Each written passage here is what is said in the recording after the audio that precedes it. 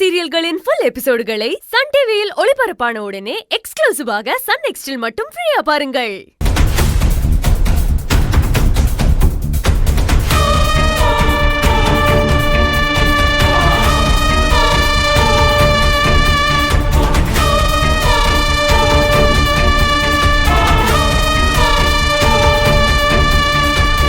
முதல்ல அந்த ராஜேஸ்வரி அம்மா மருமகனுக்கு போனை போட்டு இந்த கரண்ட்ல அடிப்பட்டவன் எப்படி இருக்கிறான்னு விசாரிக்க சொல்லு.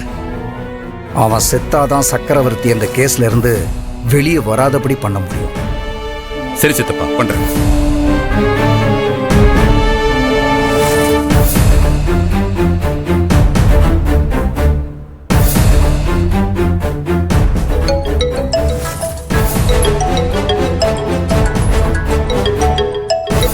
ஹலோ சார், எங்க இருக்க?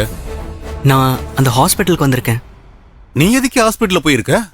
இல்லை சார், அடிப்பட்ட அந்த ஆளை நேரில் பார்த்து தெரிஞ்சுக்கிட்டா நல்லது தானே சார்? அங்க யாராவது உன்னை பார்த்துட்டா உனக்கு கெட்டது, உன்னால எனக்கும் கெட்டது. சார், நீங்கள் ஒன்றும் டென்ஷன் ஆகாதீங்க சார். நான் யாருக்கும் தெரியாமல் மறைஞ்சிருந்து தான் கண்காணிச்சிட்டு இருக்கேன். பார்த்து கதிர், ஏதாவது பிரச்சனை ஆட போகுது. ஒன்றும் ஆகாது சார்.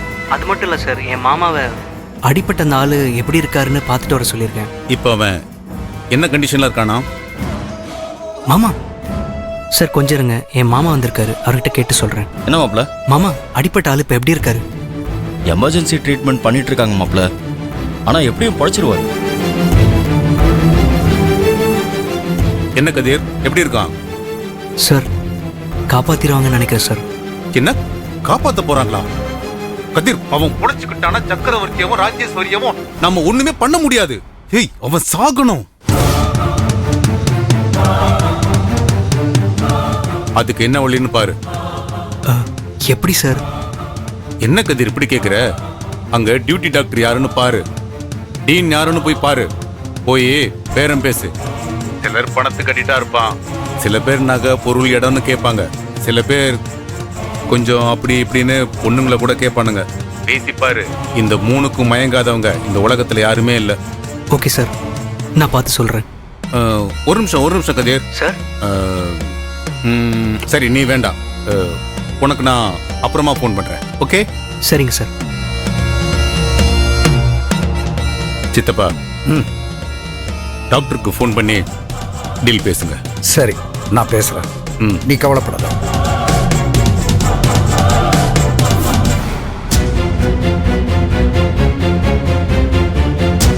சூர்யா, லாயர் இன்னும் காணோம். அவருக்கு போன் பண்ணி என்ன ஆச்சுன்னு கேளு. நான் இப்பதாமா கால் பண்ணேன், நாட் ரீச்சபிள்னு வருது. பரவாயில்லடா, இன்னொரு வாட்டி பண்ணு.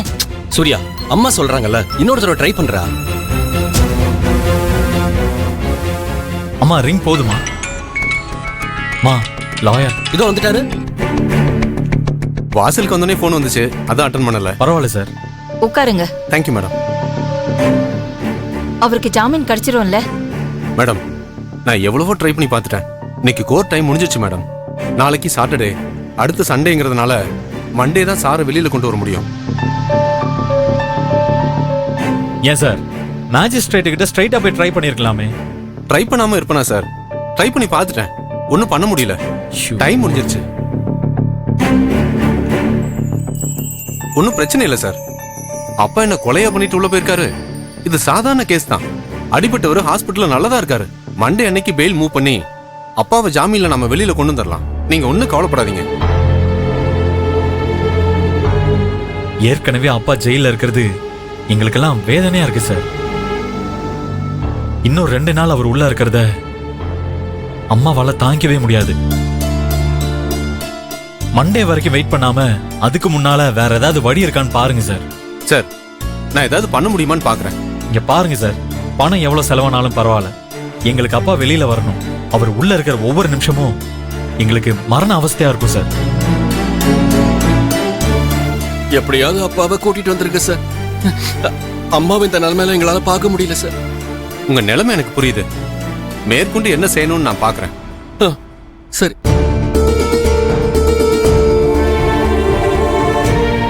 அப்ப நான் கிளம்புறேன் மேடம். நான் வரேன் சார்.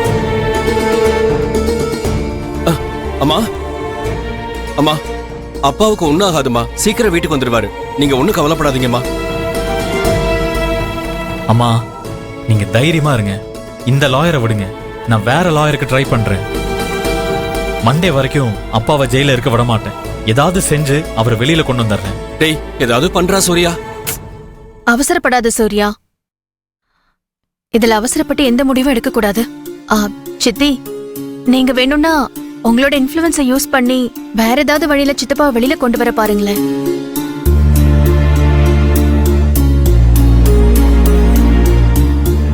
அம்மா அப்பாவை எப்படியாவது கூட்டிட்டு வந்துருங்கம்மா.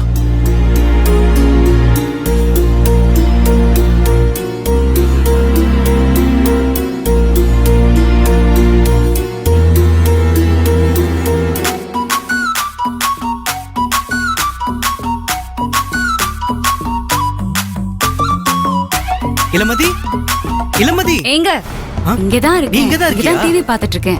ஏன் இப்ப ஏலம் விடுறீங்க? ஓ சாரிமா, அக்கா தான் டிவி பார்த்துட்டு இருக்கான்னு நினைச்சேன். சரி சரி வா கிளம்பலாம். வந்ததும் வராததுமா எங்க கிளம்ப சொல்றீங்க? முதல்ல எதுக்கு நீங்க இவ்ளோ டென்ஷனா இருக்கீங்க அத சொல்லுங்க முதல்ல. அதெல்லாம் நான் அப்புறம் சொல்றேன். முதல்ல நீ கிளம்பு. டேய் கதிரு, காரணம் கேக்குறால, ஏன் இவ்ளோ பதட்டமா இருக்க நீ? உனக்கு என்னாச்சுன்னு சொல்லு. மா, இளமதியோட அப்பாவை போலீஸ் அரெஸ்ட் பண்ணிட்டாங்க. ஐயோ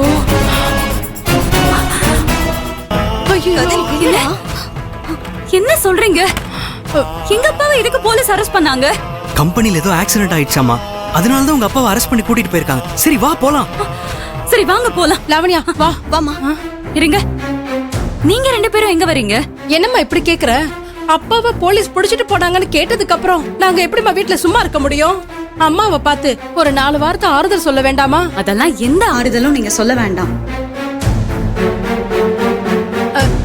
நல்லது நடக்கும் போது போகலன்னா பரவாயில்ல இளமதி.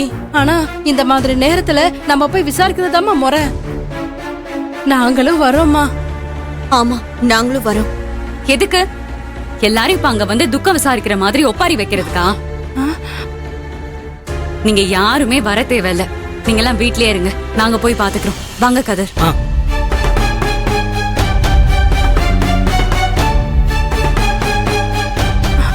என்னடி இவ இப்படி பேசிட்டு போறா? இவ இப்படி சொல்லாம நம்மள வாங்கன்னு கூட்டிட்டு போனாதான் அதிசயம். போய் வேலையை பாருமா, போமா. ஐயோ, இந்த கம்பெனில என்ன நடந்துச்சுன்னு தெரியலையே.